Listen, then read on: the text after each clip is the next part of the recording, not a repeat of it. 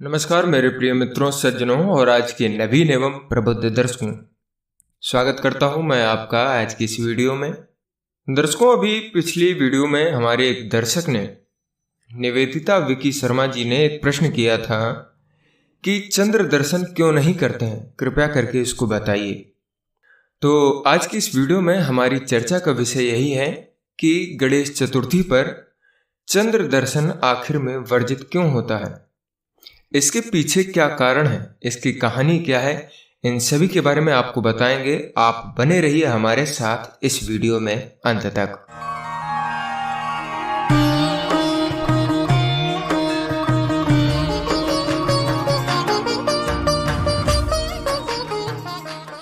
देखिए, भाद्रपद के शुक्ल पक्ष की चतुर्थी को विनायक चतुर्थी के रूप में बड़े धूमधाम के साथ मनाया जाता है। यह दिन गणेश जी का जन्मोत्सव भी है। गणेश चतुर्थी के दिन लोग अपने घर में बप्पा को विराजमान करते हैं। पूरे 10 दिनों तक गणपति बप्पा की पूजा अर्चना की जाती है और 11वें दिन गणेश जी को विसर्जित करके अगली बरस जल्दी आने की प्रार्थना की जाती है। लेकिन चतुर्थी के दिन चंद्रमा के दर्शन करना वर्जित माना गया है। मान्यता है कि इस दिन चंद्र दर्शन करने से व्यक्ति पर झूठा चोरी का आरोप लगने का डर रहता है। इसके पीछे एक पौराणिक कथा जुड़ी हुई है। तो आइए जानते हैं कि गणेश चतुर्थी के दिन क्यों नहीं करने चाहिए हमको चंद्रमा के दर्शन। इस संबंध में कई कथाएं हैं, लेकिन उनमें से एक कथा कुछ इस प्रकार से है। एक बार रात्रि के समय में गणेश जी अपने मूषक पर सवार होकर के खेल रहे थे कि अचानक मूषक राज को एक सर्प दिखा, जिसे देखकर वे भय के मारे उछल पड़े। उनकी पीठ पर सवार गणेश जी भूमि पर जा गिरे। गणेश जी ने उठकर देखा कि कहीं कोई उन्हें देख तो नहीं रहा, लेकिन रात्रि होने के कारण वहां कोई भी उपस्थित नहीं था। तभी अचानक किसी की जोर से हंसने की आवाज आई। यह आवाज किसी और की नहीं बल्कि चंद्रदेव की थी। चंद्रदेव ने बप्पा का उपहास उड़ाते हुए कहा कि छोटा सा कद और गज का मुख। यह बात को सुन करके गणेश जी को क्रोध आ गया। गणेश जी की सहायता करने के बजाय चंद्रदेव उनके स्वरूप का उपहास बना रहे थे। गणेश जी ने कहा कि जिस सुंदरता के अभिमान के कारण तुम मेरा उपहास उड़ा रहे हो, वह सुंदरता नष्ट हो जाएगी। गणेश जी के श्राप के कारण चंद्रदेव का रंग काला पड़ गया और समस्त संसार में अंधेरा भी हो गया। तब सभी देवों ने गणेश जी को समझाया और चंद्रदेव ने उनसे क्षमा मांगी। तब गणेश जी ने कहा कि मैं अपना श्राप वापस तो नहीं ले सकता, लेकिन माह में एक बार आप पूर्ण रूप से काले रहेंगे और फिर धीरे धीरे प्रतिदिन आपका आकार बड़ा होता जाएगा, जिससे माह में आप एक बार अपने पूर्ण स्वरूप में दिखाई देंगे। कहा जाता है तभी से चंद्रमा घटता बढ़ता है और यह दिन चतुर्थी का ही दिन था।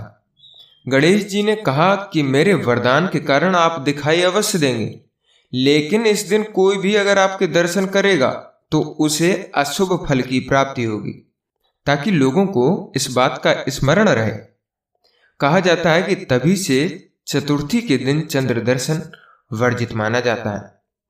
चंद्र दर्शन न करने के संबंध में एक स्मंतक मणि की प्रमाणिक कथा और भी मिलती है। एक बार नंद किशोर ने यानी कि कृष्ण भगवान ने सनत कुमारों से कहा कि चौथ की चंद्रमा के दर्शन करने से श्री कृष्ण पर जो लांछन लगा था वह सिद्धि विनायक व्रत करने से दूर हुआ था।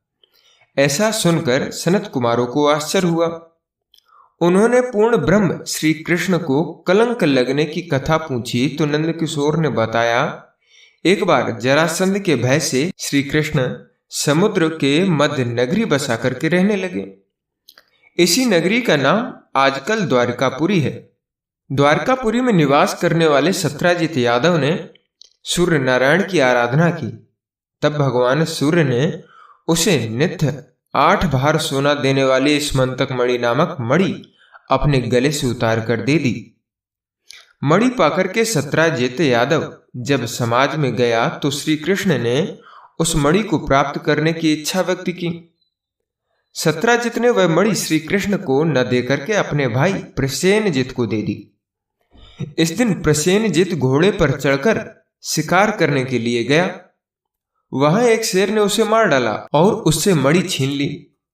रीछों का राजा जामवंत उस सिंह को मारकर मणि लेकर गुफा में चले गए। जब प्रसेनजित कई दिनों तक शिकार से न लौटा तो सत्राजित को बड़ा दुख हुआ। उसने सोचा श्री कृष्ण ने ही मणि प्राप्त करने के लिए उसके भाई का वध कर दिया होगा। अतः बिना किसी प्रकार की जानकारी जुटाए उसने प्रचार कर दिया कि श्री कृष्ण ने प्रसेनजित को मारकर स्मंतक मणि छीन ली है। श्लोक निंदा के कारण श्री कृष्ण बहुत से लोगों के साथ प्रसेनजित को ढूंढने वन में गए। वहां पर प्रसेनजित को शेर द्वारा मार डालना और शेर को रीछ द्वारा मारने के चिन्ह उन्हें मिल गए। रीछ के पैरों की खोज करते करते वे जामवंत की गुफा पर पहुंचे और गुफा के भीतर चले गए। वहां देखा कि जामवंत की पुत्री उस मणि से खेल रही है। श्री कृष्ण को देखते ही जामवंत युद्ध के लिए तैयार हो गया और उनमें युद्ध छिड़ गया। गुफा के बाहर श्री कृष्ण के साथियों ने उनकी 7 दिन तक प्रतीक्षा की। फिर वे लोग उन्हें मरा जानकर के पश्चाताप करते हुए द्वारकापुरी लौट गए। इधर 21 दिन तक लगातार युद्ध करने पर भी जामवंत श्री कृष्ण को पराजित न कर सका। तब उन्होंने सोचा कहीं यह वह अवतार तो नहीं जिसके लिए मुझे रामचंद्र जी का वरदान मिला था। यह पुष्टि होने पर उसने अपनी कन्या का विवाह श्री कृष्ण के साथ कर दिया और मणि दहेज में दे दी। श्री कृष्ण जब मणि लेकर वापस आए तो सत्राजित अपने किए पर बहुत लज्जित हुआ। इस लज्जा से मुक्ति के लिए उसने भी अपनी पुत्री का विवाह श्री कृष्ण के साथ कर दिया। कुछ समय के बाद श्री कृष्ण किसी काम से इंद्रप्रस्थ चले गए। तब अक्रूर तथा ऋतुवर्मा की राय से शतधन्वा यादव ने सत्राजित को मारकर मणि अपने कब्जे में कर ली।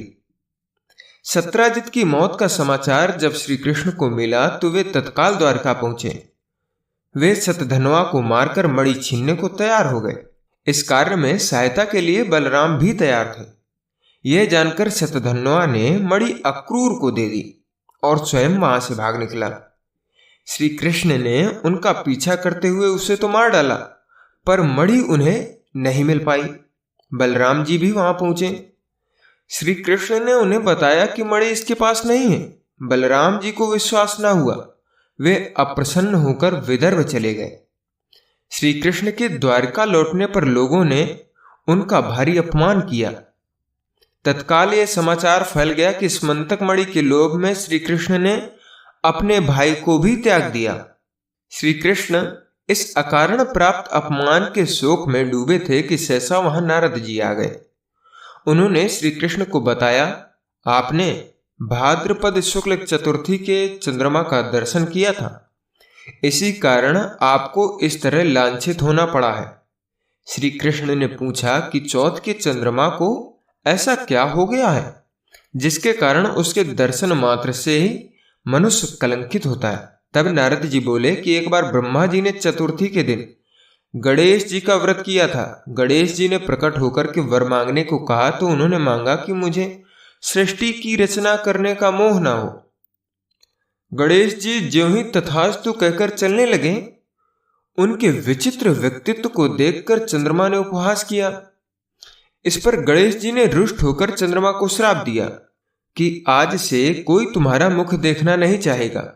शाप देकर गणेश जी अपने लोक को चले गए और चंद्रमा मानस सरोवर की कुमुदनियों में जा छिपा। चंद्रमा के बिना प्राणियों को बड़ा कष्ट हुआ।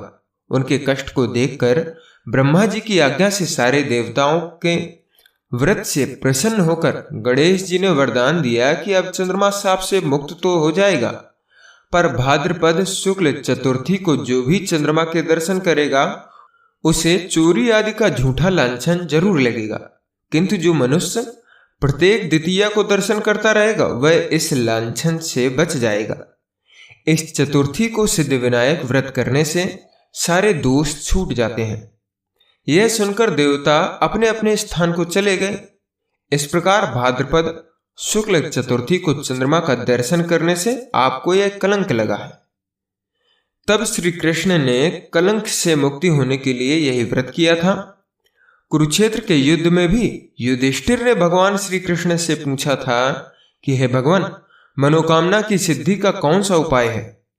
किस प्रकार मनुष्य धन, पुत्र, सौभाग्य तथा विजय की प्राप्ति कर सकता है? यह सुनकर के श्री कृष्ण ने उत्तर दिया था, यदि तुम पार्वती पुत्र श्री गणेश का विधि विधान से पूजन करो तो निश्चय ही तुम्हें सब कुछ प्राप्त हो जाएगा। तब श्री कृष्ण की आज्ञा से ही युधिष्ठिर ने गणेश चतुर्थी का व्रत करके महाभारत का युद्ध जीता था। यही दो कारण थे कि गणेश चतुर्थी पर चंद्रमा के दर्शन को वर्जित माना गया है। अगर आपने चतुर्थी का चंद्र देख लिया है तो उसके लिए एक मंत्र है, उसको जपना चाहिए, जिससे आपको उस गणेश चतुर्थी पर चंद्रमा के दर्शन का अशुभ फल या कोई चोरी का लांछन नहीं लगता है। सिंहा प्रसेन मवधीत सिंहो जामवंता हता, सुकुमारक मारो दीश तब हैसा स्मंतक करा। इस मंत्र का जाप करने से आपको न चोरी का लांछन लगता है, न गणेश चतुर्थी पर चंद्र दर्शन का अशुभ फल आपको प्राप्त होता है। उम्मीद करते हैं दर्शकों, आप सभी को हमारे द्वारा बताई गई ये गणेश चतुर्थी की जानकारी पसंद आई होगी। यदि आपको ये जानकारी पसंद आई हो तो वीडियो को लाइक करें और शेयर करें अपने दर्शकों के साथ में, ताकि उनको भी ये गणेश चतुर्थी पर चंद्र दर्शन क्यों वर्जित है इसके बारे में संपूर्ण जानकारी प्राप्त हो सके। वैदिक परिवार की ओर से आप समस्त दर्शकों को गणेश चतुर्थी के पावन पर्व की बहुत बहुत मंगल कामनाएं, शुभकामनाएं। और हम आपसे मिलते हैं अगली नई वीडियो में किसी अन्य विषय के साथ में। यदि आपका कोई किसी विषय से संबंधित सवाल है तो आप हमें कमेंट में लिख करके पूछ सकते हैं। हम अगली वीडियो में आपके उस सवाल का उत्तर अवश्य देंगे। फिलहाल की इस वीडियो में बस इतना ही। हम मिलते हैं आपको अगली नई वीडियो में किसी अन्य विषय के साथ में। तब तक के लिए दीजिए इजाजत। नमस्कार।